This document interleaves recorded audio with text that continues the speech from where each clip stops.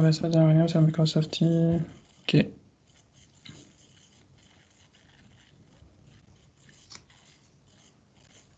Donc, je disais qu'on va commencer le cours d'aujourd'hui.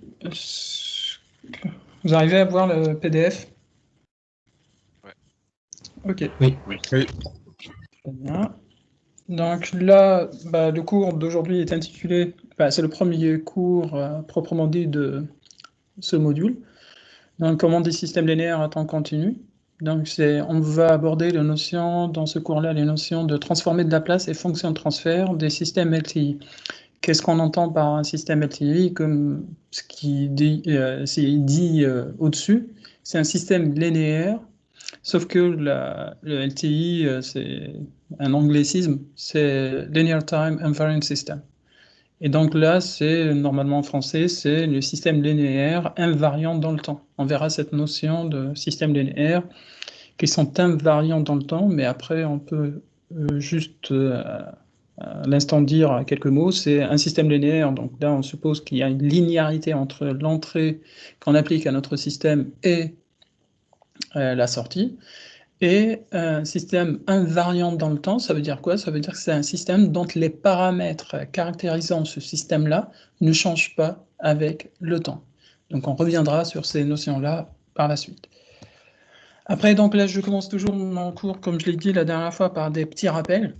Peut-être qu'ils pourront, ces rappels-là, pour certains d'entre vous, paraîtront un petit peu triviales, mais c'est des choses dont on aura besoin pour la suite. Donc, rappel sur le nombre complexe, ce que c'est qu'un nombre complexe et les différentes représentations d'un nombre complexe. Donc là, un nombre complexe peut être représenté par sa forme cartésienne, z est égal à x plus iy, ou bien z est égal à x plus jy, sachant que i, j, c'est la même chose. Dans certaines littératures, vous allez trouver que la variable complexe ou la partie imaginaire, elle est désignée par un j, et par contre, dans d'autres, vous pourrez trouver que c'est représenté par un i. La seule différence, c'est que en physique, on préfère utiliser la notation i pour désigner le courant, ou bien en électronique. Et ailleurs, en maths, c'est le i ou la partie imaginaire, elle est désignée par un i. C'est juste pour éviter qu'il y ait un amalgame entre le i qui désigne le courant en physique et le j. Donc c'est pour cela que dans certains bouquins, vous allez trouver que la forme cartésienne, elle est représentée comme étant z, le nombre complexe. Il a une partie réelle, qui est désignée par la variable x, et la partie imaginaire qui est désignée par la variable i fois y, ou bien j fois y. Et après, on peut aussi représenter un nombre complexe par sa forme polaire. Z est égal à R. Cette notation un petit peu bizarroïde, elle est censée représenter l'argument.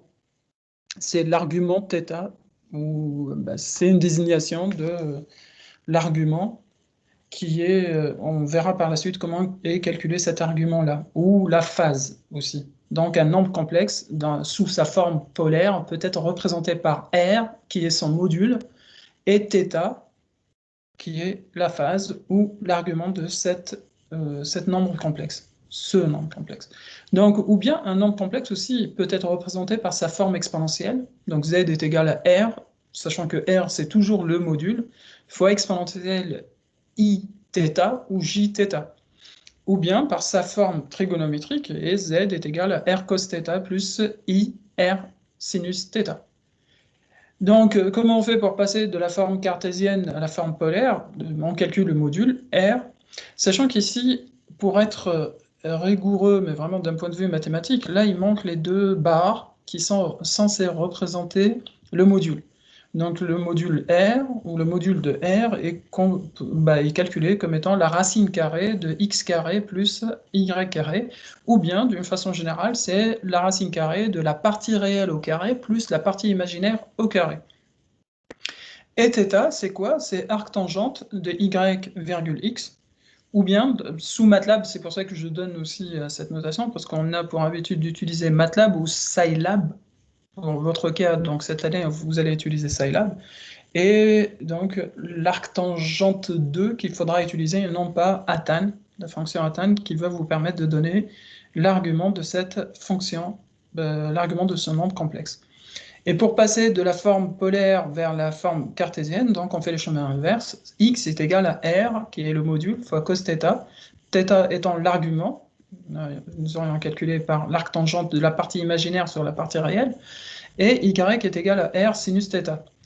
La partie aussi, une notion assez importante, c'est que le conjugué d'un nombre complexe, c'est quoi? Donc Z étoile, c'est X moins IY ou moins JY. Et c'est R, le module, fois exponentielle, moins I θ. Et chose qu'il faudra retenir, c'est que si je prends un nombre complexe, je multiplie par son conjugué, pardon, donc ça donne, c'est le module au carré, c'est x carré plus y carré, c'est la partie réelle au carré plus la partie imaginaire au carré. Après, donc là, comme nous avons fait le rappel sur les nombres complexes, on fait aussi le rappel sur les... C'est quoi une variable complexe? On a dit qu'une variable complexe, dans le plan complexe, c'est quoi? C'est la partie imaginaire, c'est la partie réelle plus la partie imaginaire. Donc c'est sigma. Si je note maintenant cette variable complexe comme étant sigma plus i oméga, on verra par la suite pourquoi nous avons choisi cette notation-là. Ou bien S, c'est sigma plus j oméga, c'est la même chose. Ça, c'est pour définir le plan complexe. Ce plan-là, on va l'utiliser dans la représentation fréquentielle qu'on aura à faire.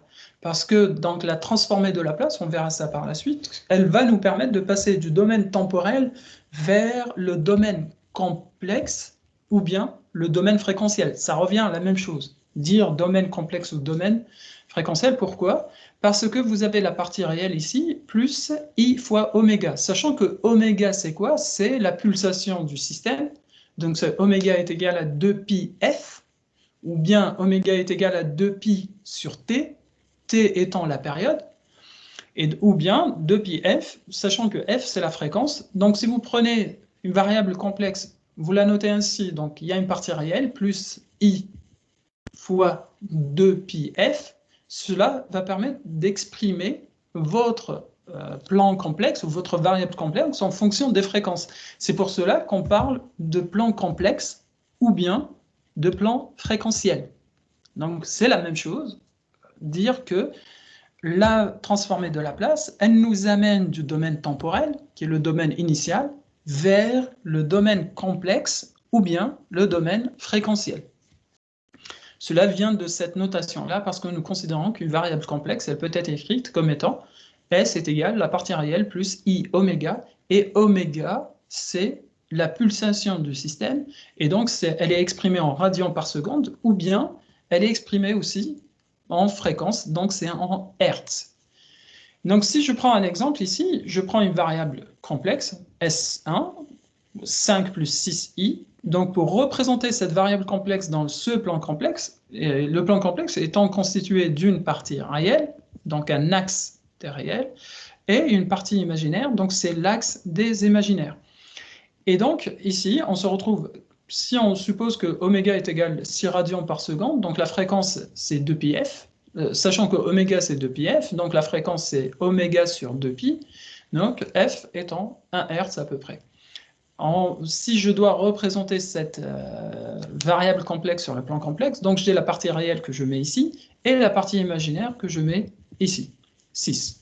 Donc si je prends cette variable, je vois bien ici que la partie réelle, donc c'est un 5, et la partie imaginaire, donc c'est 6. Et que je représente ici dans le plan complexe, on appelle ça en anglais c'est le S-plane, ou bien c'est complexe plane aussi, ou bien on verra aussi par la suite, on pourrait appeler ça aussi le plan complexe, ou bien le plan des zéros et des pôles. On verra ça. Donc si je prends une variable, une fonction complexe, c'est quoi? Je pourrais exprimer une fonction complexe comme étant une partie réelle plus une partie imaginaire. Je reviens à cette fonction complexe, g de s est égal à s plus 2 sur s plus 1. Et si je prends la variable complexe s comme étant égale à 5 plus 6i, je remplace ma variable s par sa valeur, que j'ai supposée, c'est 5 plus 6i, donc je me retrouve avec 5 plus 2, ça fait 7, plus 6i, et ici, le s qui était là, je l'ai remplacé par 5 plus 6i, Et ce S qui était là, je l'ai remplacé aussi par 5 plus 6i plus 1, donc ça me donne 6 plus 6i. Et j'ai une fraction complexe. Afin de décrire cette fraction complexe comme étant une partie réelle plus une partie imaginaire, donc je multiplie fois 1 sur le conjugué de ça, c'est quoi? C'est 5 moins 6i fois 6 moins 6i. Et donc, je réduis au même dénominateur, et après, je simplifie les choses, et vous verrez, si vous faites le calcul, vous verrez que vous allez retomber sur cette formule-là, c'est 59 sur 732 moins 83 sur 732 fois i. Et donc, j'ai pris ma variable, plutôt ma fonction complexe, j'ai remplacé ma variable complexe par cette valeur-là complexe, et j'obtiens cette fraction, ou bien la partie réelle plus la partie imaginaire que je pourrais représenter sur le plan complexe comme étant ce point-là. Pourquoi? Parce que ce point-là est composé d'une partie réelle qui est 59 sur 732 et la partie imaginaire qui vaut moins 83 sur 732. Donc là, c'est le rappel par rapport au complexe. Et je vous ai parlé aussi du plan complexe qu'on pourrait nommer comme étant le diagramme des pôles et zéro. Cette notion des pôles et zéro, vous verrez par la suite que c'est une notion qui est très importante. On reviendra sur ça concernant la stabilité et aussi la précision du système. Donc, je donne ici, dans ce premier cours, quelle est la définition de ce que c'est qu'un pôle, ce que c'est qu'un zéro. Donc, si j'ai une fonction g de s, je préfère faire une petite remarque dès maintenant. Vous verrez que dans la variable de Laplace, dans la littérature anglo-saxonne, vous allez trouver que c'est noté comme étant S, la variable de Laplace, ou la variable complexe. Elle est notée S. Par contre, dans la littérature francophone, vous allez trouver que la variable de Laplace, elle est notée P. Et dans mon cours là, je vais garder la notation S. Par contre, dans le TP, dans le TD, pardon, et le TP, j'imagine aussi, vous allez trouver la variable P. C'est juste pour que vous puissiez vous familiariser avec les deux notations. Vous verrez que c'est des variables muettes, qui ne veulent rien dire. C'est nous qui donnons du sens à ces variables-là, du fait de leur utilisation. Et donc, c'est pour cela que j'aimerais bien que vous puissiez vous en défaire de ça, de cette notation. Donc, je pourrais noter G de S comme étant Q de S sur P de S, ou bien G de P comme étant Q de P sur P de P. Sachant que Q de S et P de S, c'est des polynômes de degré m et n, et c'est une fonction d'une variable complexe, que ce soit S ou P.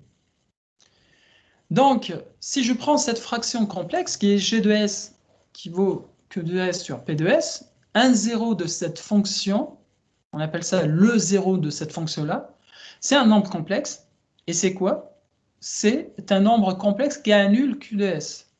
Donc, si je vous pose la question, donc là, on verra ça dans l'exemple qui va suivre, comment je fais pour trouver un zéro et comment je fais pour trouver un pôle? Un zéro, c'est ce qui annule le dénominateur. Un pôle, c'est le nombre complexe qui annule le dénominateur. Pardon. Le zéro, il annule le numérateur.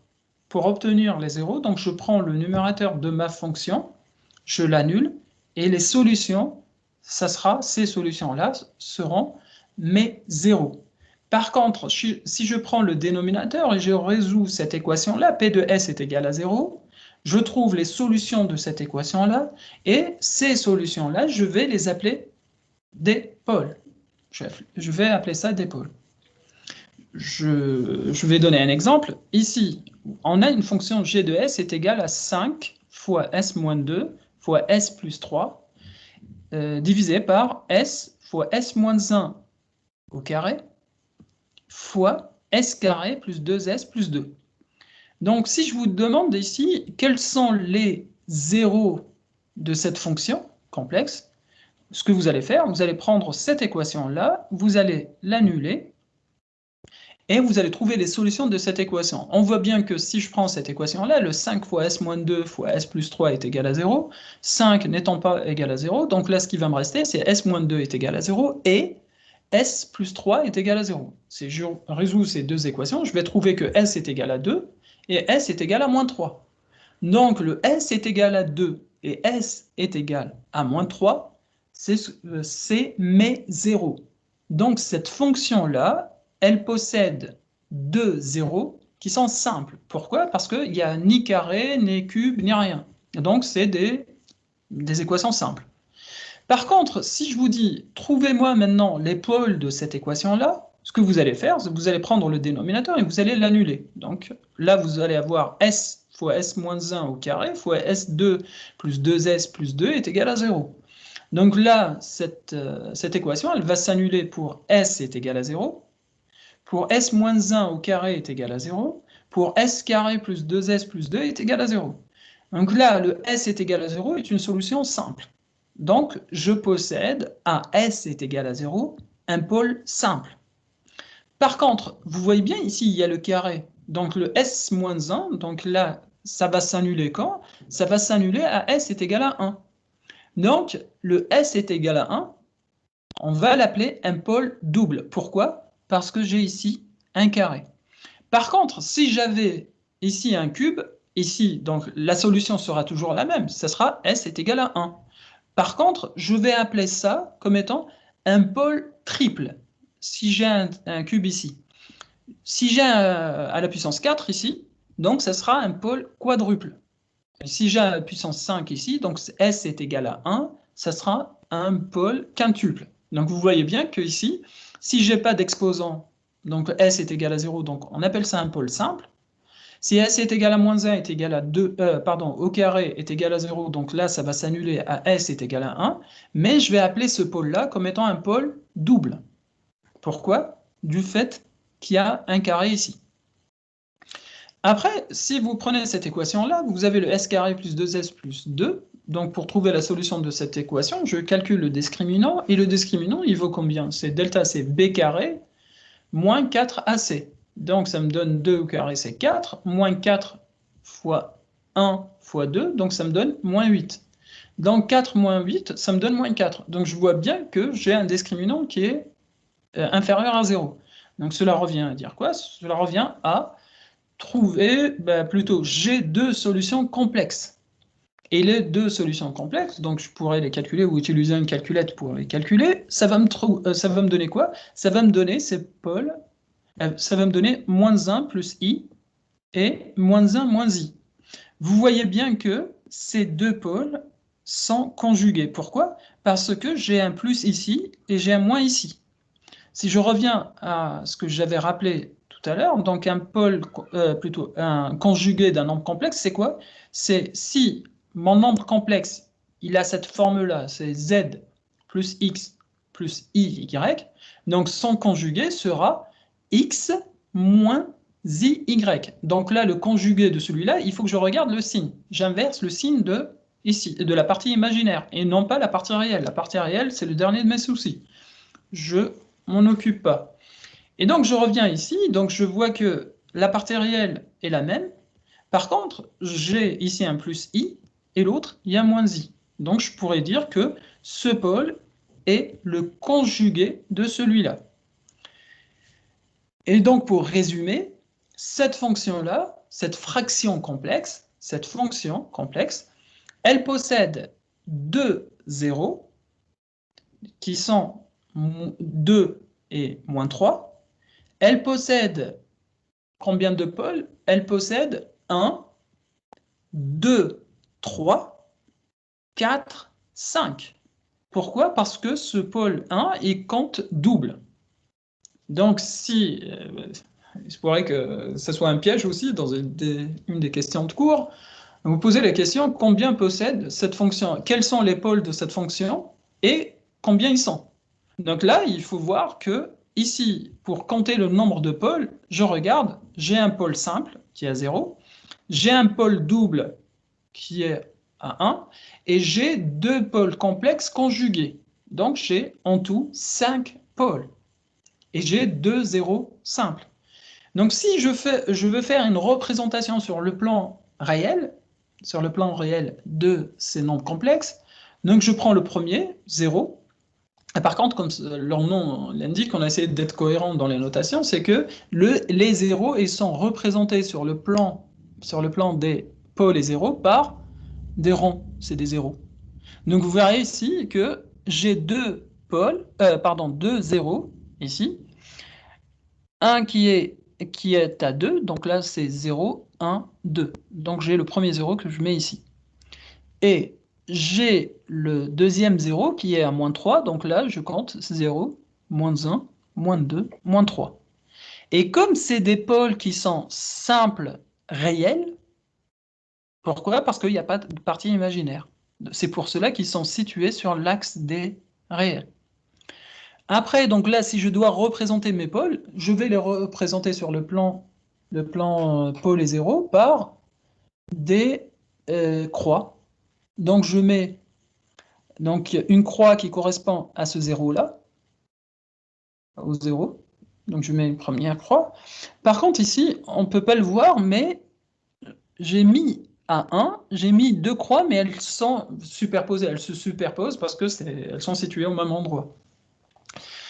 Et ici, pour représenter ce nombre complexe qui est moins 1 plus i, donc sur la partie réelle, j'ai moins 1, sur la partie imaginaire, donc j'ai moins 1 aussi. Donc ça, c'est le premier pôle. Le deuxième pôle, il est situé à moins 1 moins i, à moins 1 plus i. Et donc, je regarde, j'ai moins 1 sur la partie réelle et j'ai plus 1 sur la partie imaginaire. Donc, vous voyez bien aussi que ce pôle étant le conjugué de ce pôle-là, c'est son symétrique par rapport à l'axe des réels. On reviendra sur cette notion-là par la suite, quand on va étudier la stabilité de la fonction transfert. Oui? Juste pour le pôle, vous écrivez c'est un point de singularité, ça signifie quoi?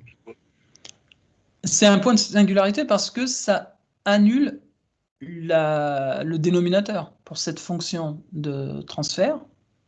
Du fait que ça annule le dénominateur de la fonction de transfert, donc c'est un point de singularité. Et après, d'un point de vue stabilité, donc c'est un point qui est assez singulier, dont il faut faire attention. On verra, quand on va étudier la stabilité, que l'étude de la stabilité, elle se fera à l'aune des pôles qu'on retrouvera. Et donc on va essayer c'est pour ça qu'on les appelle comme étant des points de singularité. C'est d'un point de vue stabilité. Parce que, d'une part, et d'autre part, parce qu'ils annulent cette fonction. Donc, ils annulent le dénominateur. D'accord? En maths, on dit c'est parce que vous aurez besoin de ces points-là pour définir votre domaine de définition de la fonction. C'est pour cela qu'on parle de points singuliers ou représentent une certaine singularité. C'est bon? Oui. Ok. Maintenant, on va voir cette fonction de transfert, cette transformée de Laplace, pardon, qui est un outil mathématique qui est très utilisé et utilisable en physique. On verra par la suite. Regardez, ce schéma-là, c'est le schéma qui va nous suivre jusqu'à la fin de ce cours-là. Et j'aimerais bien que vous compreniez ce schéma-là. Ce schéma-là, vous voyez bien qu'il est divisé en deux parties. Vous avez le domaine temporel et vous avez le domaine de Laplace, ou bien le domaine complexe ou le domaine fréquentiel. Je vous ai dit qu'un système peut être modélisé par, on va dire, si vous me posez la question, ou bien vous posez la question à n'importe qui, quel est l'outil mathématique qui s'y prête bien à la modélisation des systèmes? Je veux dire, ok, qu'est-ce que vous entendez par modélisation d'un système? Vous allez me dire, je vais vous répondre, oui, ce que j'entends par modélisation d'un système, c'est comment je vais mettre en équation le comportement dynamique de ce système-là. Ok, donc là, dans cette réponse-là que je viens de vous donner, il y a des éléments qui vous indiquent sur l'outil mathématique que je vais utiliser. Donc, mettre en équation la dynamique de ce système-là. Ok, donc là, ça veut dire que vous voulez un outil mathématique qui va vous permettre de décrire la dynamique de votre système. Ok, vous allez me dire, ok, mais c'est quoi l'entrée de votre système et c'est quoi la sortie? Je vais vous dire, ok, mon entrée c'est X et ma sortie c'est Y. Vous allez me dire, ok, donc là, ce que vous cherchez à faire, c'est d'exprimer une relation mathématique qui va relier la dynamique de l'entrée X avec la dynamique, j'insiste sur le mot dynamique, de l'entrée X avec la dynamique de la sortie. Je dis, ok, Et donc, le côté dynamique, il viendrait d'où? Il viendrait du fait que la dynamique, c'est quoi? C'est la variation de cette variable ou cette entité en fonction du temps. Ok, donc là, ça veut dire quoi? Et après, cette variation, elle peut être une variation simple ou bien double, triple. Et donc là, on voit bien que je suis en train de vous dire en filigrane que ce que je vais utiliser comme outil mathématique, c'est des équations différentielles. Et c'est pour cela que je dis ici, moi je cherche à modéliser le système. Cela va passer par des équations différentielles en y et en x de t. Y de t, x de t. Ok, donc ça veut dire que je vais trouver cette équation différentielle, elle va exprimer la relation qu'il y a entre l'entrée et la sortie, et leur variation dans le temps. Ok. Après, je vous ai dit que pour modéliser un système, pour voir ce comportement dynamique, qu'est-ce que je fais? Je vais faire varier l'entrée et regarder comment comment évolue la sortie. Mais comment je vais faire pour regarder comment évolue la sortie? L'entrée, je sais ce que je donne en entrée. Donc c'est moi je suis le maître du jeu. Donc là, je sais ce que je donne en entrée. Par contre, j'aimerais bien observer comment évolue la sortie en fonction du temps. Observer ou regarder comment évolue ou l'évolution de la sortie en fonction du temps, cela passe par un côté visuel. Et ce côté visuel, c'est quoi? C'est que je vais tracer une courbe. Donc je vais tracer l'évolution de la sortie en fonction du temps. Ok, donc cela revient à dire trouver la solution de cette équation différentielle. Ce que vous avez fait en ELEC jusque-là, c'est qu'on vous donne, ok, donc vous avez un système, allez, un condensateur, un GBF, un générateur de tension. Je mets en circuit, je mets un condensateur, je mets aussi une résistance, et je vous dis, moi, j'aimerais bien voir comment évolue la tension aux bornes de cette résistance ou ce condensateur. Vous dites, ok, monsieur, mais pour décrire ça, c'est que la tension, c'est moi qui la génère. Donc, je sais ce que je veux générer. Donc là, je peux générer un signal créneau, je peux générer ce que je veux comme signal, ou bien une sinusoïde, ou ce que je veux vraiment, parce que je maîtrise le générateur de tension. Après, donc là, vous allez me dire, ok, donc là, je vais vous demander d'étudier le comportement de ce système-là, c'est charge et décharge d'un condensateur. Vous allez me dire, ok, donc là, on va vous tracer la courbe de la charge et la décharge. Ok, mais comment faire ce truc-là? Comment tracer? Vous allez me dire, ok, bon, on va mettre une équation mathématique qui va lier la tension d'entrée avec la tension aux bornes du condensateur, parce que vous voulez tracer l'évolution temporelle de la charge et décharge du condensateur. Ok. Donc là, vous allez m'exprimer une relation, une équation dynamique, une équation différentielle qui va lier les deux variables d'entrée et de sortie. Donc c'est la tension aux bornes de votre condensateur. Ok. Et après, à la fin, vous allez me tracer une courbe. Donc vous allez trouver l'équation, vous allez résoudre cette équation différentielle et vous allez me tracer à la fin l'évolution temporelle de cette solution de cette équation différentielle. Ça, c'est assez simple pour le faire pour un circuit RC, parce que c'est un circuit, une équation différentielle, vous aurez à résoudre une équation différentielle du premier ordre. Par contre, si je vous donne un système qui est plus complexe, comment faire pour résoudre cette équation différentielle? Ok, donc là, vous allez utiliser un outil mathématique qui va vous permettre de faire ça. Cet outil mathématique qui va vous permettre de résoudre cette équation différentielle, c'est quoi? C'est la transformée de Laplace. Donc, elle vous amène du domaine temporel où la résolution de l'équation différentielle peut s'avérer difficile. Vous allez transformer votre problème. Vous allez appliquer la transformée de Laplace sur cette équation différentielle. Vous allez passer dans le domaine de Laplace.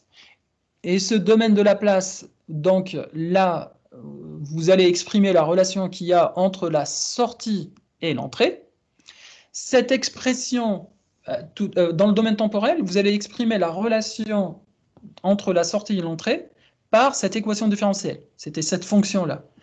Par contre, dans le domaine de Laplace, la relation qui existe entre y de p et x de p, c'est quoi? C'est la fonction de transfert. Ou, appelée autrement, c'est une fonction de transmittance. Donc, c'est la relation h de p est égale à yp sur xp. Après, qu'est-ce qu'on pourrait faire on pourrait, une fois qu'on a trouvé cette relation-là, on pourrait faire deux choses. Une fois qu'on a exprimé la relation entre la sortie et l'entrée dans le domaine de la place, on peut faire deux choses. Ou bien on peut étudier le comportement dynamique du système en faisant varier x de p et en regardant comment va varier ou calculer y de p. Parce que si y de p ici, c'est quoi? C'est x de p fois h de p. Donc si j'ai défini h de p, je connais sa forme. Là, qu'est-ce que je vais faire? Je vais faire varier x de p. Je vais appliquer un échelon, une rampe, une sinusoïde, et je vais regarder comment évolue la sortie, y de p. Ou bien, je pourrais faire directement, donc une fois que j'ai exprimé y de p, x de p, je pourrais calculer y de p. Une fois que j'ai y de p, j'applique une transformée de la place inverse pour obtenir la solution y de t et la tracer. Donc vous voyez bien que cette transformée de la place, qu'est-ce qu'elle permet? Elle permet de nous faciliter un petit peu la vie. C'est, au lieu de résoudre une équation différentielle d'un certain nombre, ça peut être d'ordre 4, d'ordre 5, d'ordre 6, ben, ça dépend de la complexité de votre système. Ben, donc ça, c'est pas faisable, ou bien c'est difficilement faisable dans le domaine temporel. Qu'est-ce que je fais? Je passe dans le domaine de la place, je fais mon problème, donc je le décompose en éléments simples, je trouve la solution et je reviens dans le domaine temporel afin de visualiser le comportement dynamique de cette solution-là. Ou bien, je pourrais faire aussi, d'une façon plus simple, étudier le comportement dynamique de mon système dans le domaine de la place. Donc je fais y de p, ici, c'est quoi? C'est x de p fois h de p. Je fais ce calcul, c'est un produit scalaire assez simple. Je fais varier x de p, je regarde comment varie y de p, et après, si je ressens le besoin d'étudier ou bien de visualiser le y de p, qu'est-ce que je fais? Une fois que j'ai obtenu le y de p, qui est x de p fois h de p, je fais une transformée de Laplace inverse et je reviens dans le domaine temporel. Donc vous voyez bien que l'outil transformé de Laplace est un outil mathématique qui est assez fort parce qu'il nous permet de résoudre des équations différentielles d'un certain nombre. Ou bien étudier aussi le comportement dynamique de mon système en faisant varier l'entrée, parce que je maîtrise l'entrée, donc je peux donner n'importe quelle entrée, que je multiplie par la fonction de transfert que j'aurais définie, j'aurais trouvé sa structure, et après, je regarde y de p, je calcule la sortie correspondante à l'entrée que je vais appliquer en faisant un produit scalaire entre x de p et h de p. La transformée de Laplace d'une façon générale, c'est quoi? C'est la transformée de Laplace d'une fonction f de t, c'est f de s ou f de p. Par contre, il y a aussi une autre notation que nous allons adopter, c'est qu'on va, dans le domaine temporel, on va utiliser des lettres minuscules, que ce soit pour la variable t ou bien pour le nom de la fonction. Par contre, dans le domaine de la place, on va utiliser des variables en majuscules, donc grand F et grand S, ou grand F et grand P. Donc là, il y a deux choses. Pour le domaine temporel, on utilise la variable petit t, et aussi pour la désignation des fonctions, petit f, ou petit g, ou petit h, pour la désignation des fonctions et des variables. On utilise des minuscules dans le domaine temporel. Par contre, dans le domaine complexe, ou dans le domaine fréquentiel, ou domaine de la place, on utilise des variables en majuscules. D'accord? D'ailleurs, c'est dit ici.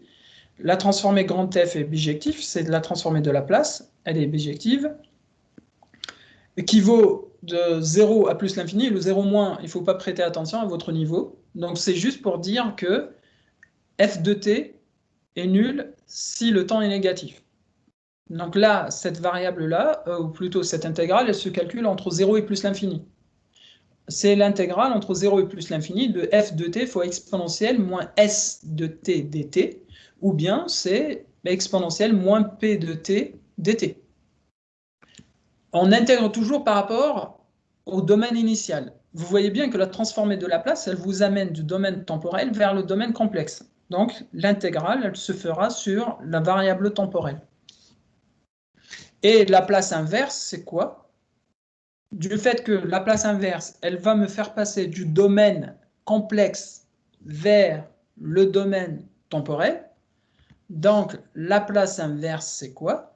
C'est la place L moins 1 de f de S ou f de P est égale à f de T. C'est 1 sur 2 pi j. L'intégrale entre, allez, on va dire, entre moins l'infini, et ça aussi, bah, ça, c'est vraiment en cours, mais après en TD, on adoptera d'autres notations qui sont les suivantes. C'est, on va mettre entre moins l'infini plus l'infini, fois f de S fois exponentielle S de T d de S. Vous verrez que la différence entre les deux, c'est quoi? C'est ici, vous avez un plus quand vous faites la place inverse, et la place directe, il y a un signe moins. Et comme je vous l'ai dit, il faut garder en tête que j'intègre toujours par rapport à la variable désignant mon plan de départ. Ici, le plan de départ, parce que vous avez la place inverse, elle vous amène du plan complexe vers le plan temporel. Donc le plan de départ, c'est D de S. Par contre, la place directe, c'est quoi? J'intègre par rapport à D de T. Pourquoi? Parce que le domaine temporel étant le domaine initial. Avec des exos et avec des exemples, ça paraîtra plus simple qu'avec ce cours-là. Donc là, ce qu'il faudra, et cette table-là, il y a des propriétés de la transformée de la place qui sont assez importantes. C'est celles qui sont désignées comme suit. Vous avez surtout celle-là, donc si je les ai mis sous cette forme de table, je vous rassure aussi aux examens, moi je donne la table, je la donne. Je la donne, et d'ailleurs, comme c'est le cas aussi, attendez, vous aurez toujours, je sais pas, je l'ai dit la dernière fois, mais je préfère le redire. J'arrête. Donc, la table de la place, elle est toujours donnée sous cette forme-là. Et vous verrez que la transformée de la place ici, la table, je l'ai donnée en P, et non pas la variable S. C'est juste pour vous donner des indications. Et donc, vous voyez bien que cette table-là, avec les différentes propriétés dont vous aurez besoin, elle est donnée dans cette table-là qui vous sera fournie, parce que pour moi, ça rime à rien de demander aux gens d'apprendre par cœur certaines relations qui existent dans les livres. Moi, j'aimerais bien que vous arriviez à assimiler le raisonnement qu'il y a derrière, et non pas apprendre par cœur des formulations. Et que je ferai en sorte que cela ne vous soit pas préjudiciable à l'examen. C'est que moi, à l'examen, je vous teste, ou bien j'examine vos connaissances sur votre raisonnement que vous avez suivi pour résoudre ces problématiques-là d'automatique, et non pas sur votre capacité à vous remémorer les formulations mathématiques qui sont données dans des tables, dans des bouquins, ou bien qu'on trouve partout. Et c'est pour cela que je préfère donner cette table-là. Donc cette table, elle est fournie tout le temps, et donc elle est composée des différentes, ou bien les transformations les plus usuelles. Après, donc là, j'arrête et je reviens à mon cours. Et pour vous expliquer comment lire déjà ces propriétés ou ces différentes... le PDF, il est où? Est-ce que vous voyez le PDF avec le fond bleu ou bien l'autre? Oui. Oui. Okay. Donc, la multiplication par une constante, la propriété de la transformée de la place de la multiplication par une constante. C'est quoi? Donc, la transformée de la place de k fois f de t, c'est quoi? Il faut se dire que la constante, elle est invariante vis-à-vis de la transformée de la place. Cela revient à faire quoi? C'est la transformée de la place de k fois f de t, c'est quoi? C'est k fois f de s. Sachant que f de s, c'est quoi? C'est la transformée de la place de f de t. Donc ça veut dire que le k, à chaque fois que dans une équation, si vous avez des scalaires, 1 plus 5, un moins 5, un moins 2, un moins n demi, un moins 3 septièmes, je ne sais quoi d'autre, la variable ou la constante, elle sort de la transformée. Donc vous n'allez pas trop chercher la transformée de la place de 5. Pourquoi? Parce que 5 est invariant vis-à-vis de la transformée de la place, donc vous le mettez de côté. et vous allez chercher la transformée de la place de la variable par quoi est multiplié le 5. J'espère que je me suis fait comprendre. La transformée de... Maintenant, on passe à la deuxième propriété, c'est la transformée de la place de f1 de t plus ou moins f2 de t. Ça veut dire quoi? Ça veut dire que la transformée de la place de f1 de t plus f2 de t, c'est quoi? On appelle ça la propriété de la linéarité. Ça veut dire quoi? Ça veut dire que la transformée de la place de ça plus ça, c'est quoi? C'est la transformée de la place de ça plus la transformée de la place de ça. Ou bien la transformée de la place de f1 de t moins f2 de t, c'est la transformée de la place de f1 de t moins la transformée de la place de f2 de t. Est-ce clair? Je suppose que oui. Donc, si je combine les deux, si vous avez la transformée de la place de k fois f1 de t plus la transformée de la place de k f1 de t plus ou moins b f2 de t. Ça sera quoi? Ça sera k f1 de s plus ou moins b f2 de s. Sachant que k et b, c'est des constantes, c'est des scalaires. Donc ça, ce que je viens de vous expliquer à l'instant, c'est la combinaison de cette propriété-là et celle-là. Maintenant, la transformée de la place de la différenciation, qui est une notion qui est assez importante, parce que quand on aura à résoudre des équations différentielles. Donc la transformée de la place de df, la dérivée première, c'est quoi? C'est s f de s moins f0. Ce que représente ici le f0, c'est la condition initiale f0. Donc, pour une dérivée première, la transformée de la place de la dérivée première de f de t par rapport à dt, c'est quoi? C'est s grand f de s. Donc, je prends ce qu'il y a ici. Si je vous dis maintenant, trouvez-moi quelle est la transformée de la place d'une variable qui s'appelle y, dy de t sur dt. Vous allez faire quoi? Vous allez me dire, ok, c'est s grand y de s moins y de 0. Et vous voyez bien que là, c'est la condition initiale, et c'est pour cela que, quand on parle de condition initiale, généralement, on le donne dans le domaine temporel. C'est pour ça que j'ai noté ça comme avec une minuscule. Les conditions initiales, elles sont données généralement dans le domaine temporel. C'est pour cela que j'attire votre attention sur le fait que ici, c'est grand S f de s, je suis dans le domaine complexe, moins f0. f0, c'est quoi? C'est la condition initiale de la variable f. Et si je généralise ce truc-là, donc regardez ici, là, j'ai la dérivée n-ième sur dt à la puissance n. C'est quoi? C'est s à la puissance n, f de s, moins s à la puissance n-1 f de 0, moins... Et vous verrez qu'ici, qu'est-ce qui se passe à ce niveau-là? J'aimerais bien que vous compreniez ce truc-là. Là, vous voyez que le s, son exposant, déjà, c'est le même que la dérivée, que l'exposant de la dérivée. Donc, je commence toujours par... si je vous donne... je l'explique et après, je donnerai des exemples. Donc là, dn sur dt, donc j'ai s à la puissance n, f de s, moins s à la puissance n moins 1. Donc, vous voyez bien que ici, l'exposant n, il commence à décrémenter. Donc, c'est n. Après, je mets n moins 1. Par contre, là, je mets la condition f0. Moins, normalement, si je continue, ça sera quoi? Ça sera s à la puissance n moins 2 fois f. Et là, celui-là, il va augmenter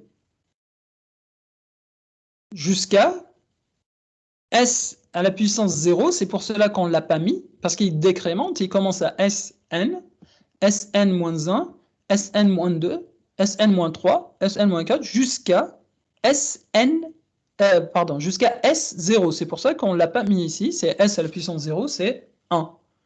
Et là, par contre, la dérivée, elle prend toujours Fn-1 jusqu'à, elle augmente jusqu'à la dérivée n-1. Je vous donne un exemple ici. Si je prends ici la dérivée seconde, d2 f de t sur dt carré. Quelle est la transformée de Laplace?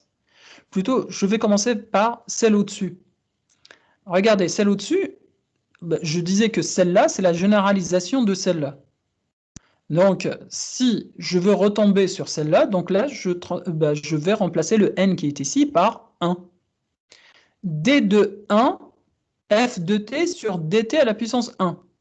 C'est quoi? Je vais vérifier si la formulation, elle est valable. Donc, ça sera s à la puissance 1, f de s, moins s à la puissance 1 moins 1. C'est s à la puissance 0, f0. Et je m'arrête là.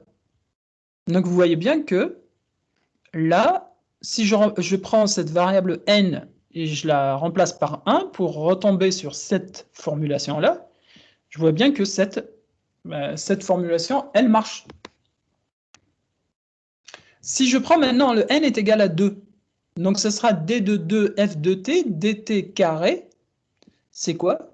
S de f de s moins s de moins 1, donc ce sera s f0 moins, et là, s 2 moins 2, parce qu'à ce niveau-là, je suis à 2 moins 2. S à la puissance 2 moins 2, ça donne quoi? S à la puissance 0.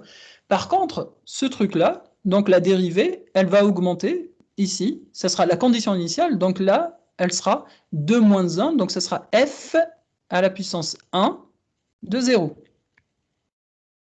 Et je m'arrête là. Le S puissance n. Oui, donc là, pour la suivante. Donc, ça sera S à la puissance S-2, pardon. Non? J'aurais pas oublié quoi? Pardon, vas-y. Le S puissance n fois grand F de S. Et ici? Enfin, Non. S puissance 2 fois F de S. Ben, je vais commencer par lui. S à la puissance 2, F de S. On est d'accord? Moins Ah ouais, S à la ok, puissance ok. 2 moins 1, donc ça sera S, F0, moins, et maintenant, la condition, je continue. Donc, j'oublie ça. C'est juste, pourquoi je vous ai donné ça, c'est juste pour vous dire que, regardez, l'exposant du S, il décrémente. Par contre, l'exposant de F, ici, il va jusqu'à N. Donc là, S à la puissance N-1, F0.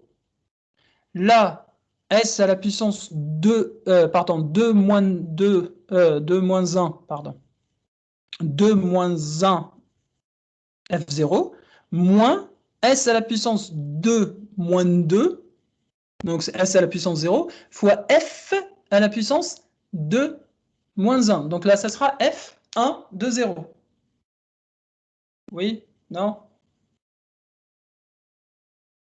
Ok, il y a un exemple derrière. Pour l'intégration, donc là, ce qu'il faudra retenir, pour l'intégration, la transformée de place d'une intégrale, pour une intégrale première, donc ça sera f de s sur s. Donc là, je regarde quel est l'ordre de l'intégrale. Si j'ai une intégrale simple, donc ça sera f de s sur s. Si j'ai une intégrale double comme ça, donc ça sera f de s sur s carré. Si j'ai une intégrale triple, donc ça sera f de s sur s cube. Après, il y a cette notation, ou bien cette propriété de décalage dans le temps, qui est une notion qui est très importante, dont vous aurez besoin pour faire votre TD. Je reviens sur l'énoncé du TD. Attendez, pardon. Vous inquiétez pas, je vais utiliser le tableau blanc là, qu'on a sur Teams pour vous expliquer ces équations-là. Il faut que j'arrête le partage. Et je recommence. Le PDF, il est où? Sinon, je partage tout l'écran et...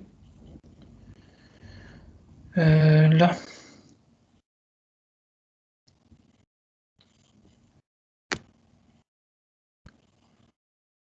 Pourquoi je vous ai parlé de ça? Oui, pour le TD. Vous aurez besoin... Donc là, le TD est apparu. Donc le TD1 est apparu sur Campus. Je vous demanderai d'essayer de faire le maximum d'exercices jusqu'à la semaine prochaine. Et après, j'entends bien. Donc là, du premier exercice, on va résoudre ça d'emblée. Parce que c'est le F4 qui pose problème à la majorité des étudiants. Pourquoi? Parce que ça fait apparaître cette notion de décalage temporel. Après, donc, là, il y a ça aussi, il y a l'exercice sur... On va résoudre aussi un des deux. Exercice à la représentation graphique. Et là, c'est pour la place inverse. Donc, c'est la décomposition en éléments simples. On prendra aussi. Et là, on verra par la suite la résolution d'une équation différentielle, que ce soit de premier ordre, deuxième ordre, troisième, ainsi de suite. Donc, c'est juste pour vous dire que le TD est sur Campus. Donc, cette propriété de décalage, regardez, vous avez f de t moins t. Et j'insiste sur le fait que le u, là, u de t moins grand t, u étant la fonction échelon. C'est quoi cette fonction échelon? C'est une fonction qu'on utilise pour rendre les transformés de Laplace causales. Ça veut dire quoi, cette notion de causalité? Ce qu'il faudra retenir, c'est que dans la notion de causalité, effectivement, c'est que en français, cela revient à dire quoi? C'est que la cause ne peut pas précéder, dans le temps, la cause ne peut pas précéder l'effet qui l'a causé. Ok, donc là, moi je prends toujours l'exemple de dire, bah, si je prends un feutre et je le lance vers le mur, vous êtes d'accord avec moi que ce feutre-là ne pourra pas atteindre le mur avant que je ne l'ai lancé. C'est ce qu'on appelle la causalité en physique. Et d'une façon un petit peu, c'est pas en termes vulgaires, en termes de vulgarisation, c'est que le temps ne peut pas être négatif. C'est ça aussi qu'il faudra retenir. En physique, on ne peut pas considérer qu'on a une base temporelle négative. Donc le temps ne peut pas être négatif. C'est pour cela que là, si vous avez une fonction... attendez, je crois que c'est le moment d'essayer d'utiliser ce fameux tableau blanc. Activité, il est où? Ça, c'est une autre paire de manches. Là, utiliser le tableau blanc.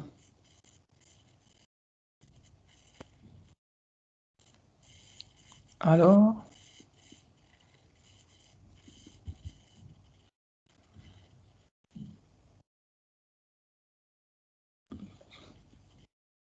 Présenter, ok. Vous voyez ce tableau blanc? Oui, Ok. Donc Oui. si je prends une fonction comme ça. Non, moi, je le vois pas. Ah, Je vois pas non plus, ouais. Il y a ok. marqué tableau blanc, on ne peut pas y accéder parce qu'on ne fait pas partie de l'organisation. Ah! Parce que je me suis mis en tant que... Ah oui, j'ai vu que certains d'entre vous étaient invités. Et d'autres... ok. Ok. Il faut se connecter pour les identifiants de l'EC. Ouais, mais c'est pas ça le problème. Non, je pense pas que ce soit ça le problème, effectivement. Parce que moi, je suis pas en invité, je vois pas. Ah! T'es pas en invité et tu vois pas. Non. Il y a marqué seuls les membres de cette organisation peuvent participer. Vous pourrez bientôt le faire également. Ah, vous êtes connecté comment? C'est avec vos logins sec ou Oui, pour moi, oui, mais je suis quand même marquée invité. Oui, bah, invité parce que j'ai essayé de faire en sorte que tout le monde. Attendez, j'arrête. Attendez, je savais que c'était une autre action. Il est où le tableau? Passer en mode enregistrer, mettre. Non, surtout pas. Sinon, si vous faites un partage d'écran et que vous écrivez sur Paint, ça marche. Ça marche aussi? Ok. Ok, why not? Donc, j'arrête le tableau blanc. Ok, et je partage mon écran 1. Je lance un Paint.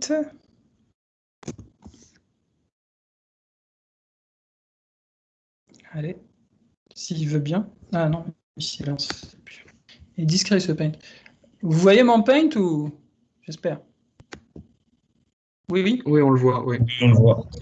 Donc si je prends... vous excuserez un petit peu, j'ai pas un très bon niveau en dessin. Donc si je prends ça, et après donc je trace une fonction. Là, c'est en fonction du temps, donc j'ai un graphique. Bien joué. Ah là, c'est CTRL-Z. Ok. Donc si je prends maintenant notre couleur et je trace cette fonction-là. La fonction f de t est une fonction que je viens de tracer en rouge. C'est une fonction qui est une fonction qui n'est pas causale. Pourquoi? Parce que elle est définie. Là, c'est si je mets ici t, la variable t. Là, vous voyez bien que cette fonction-là, elle est définie aussi pour le temps négatif. Donc je dis que cette fonction-là n'est pas causale. Comment je dois, et d'autant plus que pour utiliser la variable de Laplace, il faut, c'est une condition sine qua non, il faut que votre fonction soit causale. Donc qu'est-ce que je fais? Il y a un petit subterfuge mathématique. Qu'est-ce qu'on fait? On va utiliser ce qu'on appelle la fonction échelon.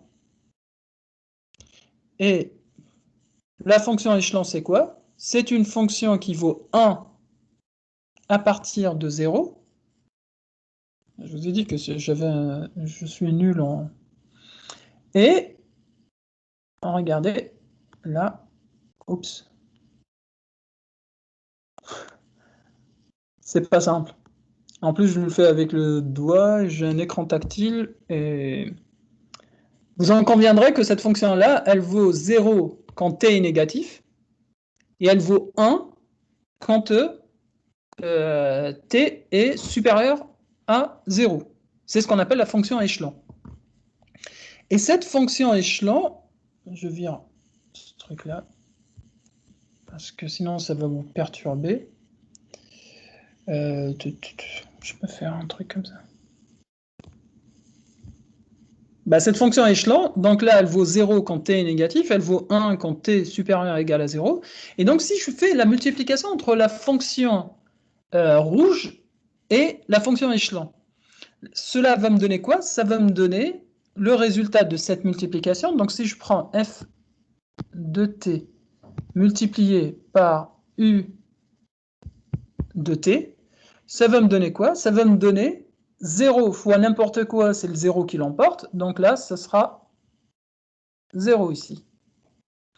Par contre, le 1 étant l'élément neutre de la multiplication scalaire, donc 1 fois n'importe quoi, c'est le n'importe quoi qui l'emporte. Bah, à un décalage près, hein, qui est dû à mon niveau de dessin. Donc vous voyez bien que la fonction rouge que j'ai tracée préalablement, f de t, elle était négative elle était définie pour le t négatif, donc elle n'était pas causale. Elle n'est pas causale. Par contre, la fonction noire que j'ai tracée en noir, qui est f de t fois u de t, elle vaut 0 quand t est négatif, donc ça veut dire qu'elle est causale. Donc vous voyez bien qu'il y a une différence entre la fonction f de t que j'ai tracée en rouge, qui n'est pas causale, et comment je l'ai rendue causale, c'est juste en la multipliant par la fonction échelon, le u de t, là, qui vaut 0 quand t est négatif, il vaut 1 quand t est positif. Et donc, f de t fois u de t devient causal, et donc je pourrais appliquer la transformée de Laplace à cette fonction-là. Et vous verrez que pour certaines tables de Laplace, n'importe quelle fonction, elle sera multipliée par la fonction échelon u de t. C'est juste pour dire qu'on va appliquer la transformée de Laplace à des fonctions causales. Est-ce clair? Oui? Ok. Donc, je reviens sur le décalage dans le temps. Donc, si vous avez une fonction f de t qui est multipliée par un u de t moins t, première chose à faire, c'est de faire en sorte que le décalage... Non, il y a une condition sine qua non pour appliquer cette transformation de Laplace. Là, il faut qu'il y ait le même décalage dans la fonction et dans l'échelon. Si vous avez le même décalage, j'insiste sur le fait qu'il faut qu'il y ait le même décalage, f de t moins u de t fois u de t moins grand t. Il faut qu'il y ait le même décalage dans la fonction et dans l'échelon. C'est là où je pourrais dire, ok, la transformée de Laplace de ça, c'est exponentielle moins grand t, donc ça veut dire le décalage, fois s, fois f de s. C'est quoi ce f de s? C'est que je vire le décalage et je regarde quelle est la transformée de Laplace de la fonction f de t. Je répète, quand vous avez une fonction qui est décalée du même décalage que le u de t, ici, donc là, vous serez en droit, vous aurez la possibilité de trouver la fonction de transfert de ça, c'est quoi? C'est exponentielle moins grand t, c'est le décalage, fois s, fois f de s, et f de s, c'est quoi? C'est la transformée de Laplace de la fonction, de la fonction f de t, donc sans décalage. Donc pour revenir à l'exemple dont je vous ai parlé, qui est dans le TD, pour ceux qui seront tentés de... Regardez, pour cette fonction-là, cette fonction-là, vous voyez bien que l'échelon U, il a un décalage de 10. Par contre, la fonction exponentielle moins t, il n'y a pas de décalage. Donc, celui ou celle qui va être tenté par dire, ok, donc cette fonction-là, déjà 5 est un scalaire. Donc, je ne fais rien. Donc, le 5, il reste de côté. Donc, quelle est la transformée de Laplace de exponentielle moins t fois u de t moins 10? Pour celui qui va dire, ok, donc j'applique, il voit ça, il dit, oh, on a vu ça en cours, donc là, ce que je vais faire, je vais appliquer cette formulation-là. Je dis non, c'est faux, et ça sera faux. Pourquoi? Parce que le décalage ici, dans cet exemple que je viens de vous donner en TD, cet exemple-là, le décalage, il vaut 10. Par contre, vous voyez bien que la fonction, le t qui est ici, donc là, exponentielle moins t, je n'ai pas exponentielle moins t moins 10. Qu'on se mette d'accord. Donc, il n'y a pas le même décalage dans u et dans exponentielle moins t. Donc, je ne pourrais pas appliquer la transformée de Laplace, celle-là. Vous donnez un élément, ou bien une indication pour résoudre ce truc-là. Ce que vous allez faire, faites un changement de variable. Faites t moins 10 est égal à t'. Donc ça veut dire quoi? Ça veut dire que si vous... Non, je peux pas noter... Vous savez, sur Teams, si on peut annoter directement ce truc-là ou pas? Non? Il faut le tableau blanc? Ah là là. Ok. Bref, on reviendra sur ça pour le TD. Donc là, il faut, c'est juste une indication, ce qu'il faudrait faire. Ah. Oui. Non. Non, il me faut un PDF autre. D'accord? Donc là, ce qu'il faudra faire, pensez à faire un changement de variable, t' est égal à t moins 10, et après ce t-là, ça sera quoi? Ça sera t' plus 10. Vous allez remplacer ce t-là par t' plus 10, et donc vous allez avoir exponentielle de a moins b. C'est quoi? C'est exponentielle de a fois exponentielle moins b, parce que vous avez la propriété de l'exponentielle On peut la décomposer. Donc, exponentielle de A plus B ou exponentielle de A moins B, c'est exponentielle de A fois exponentielle de moins B. Donc, vous pourrez... Et après, vous allez retomber sur ça. On reviendra dessus. C'est juste pour vous indiquer que celle-là, cette propriété-là, pour l'appliquer, il faut que vous ayez le même décalage sur la fonction et sur le U. Par contre, ici, il y a, vous avez le décalage dans le domaine fréquent, dans le domaine de S ou le domaine complexe. Regardez ici, ce mu-là, ce mu, je vous prierai de le remplacer par plus ou moins. Le mu qui est là, c'est un plus ou moins. C'est Word ou c'est PowerPoint qui a décidé d'en faire qu'à sa tête. Il m'a transformé ce signe-là de plus ou moins par un mu. Et chaque année, je dis que je vais le changer, mais sauf que je n'arrive pas à obtenir les sources là que j'avais modifiées en PDF, les PowerPoint. Donc c'est pour ça que je tarde à le faire. J'espère que cette année sera la bonne. C'est juste que je demande aux étudiants, si vous tombez sur des mu comme ça, dans les formulations, c'est un plus ou moins, c'est ça. Donc le mu qui est ici, il faut le changer en plus moins. Le mu qui est là, c'est plus moins.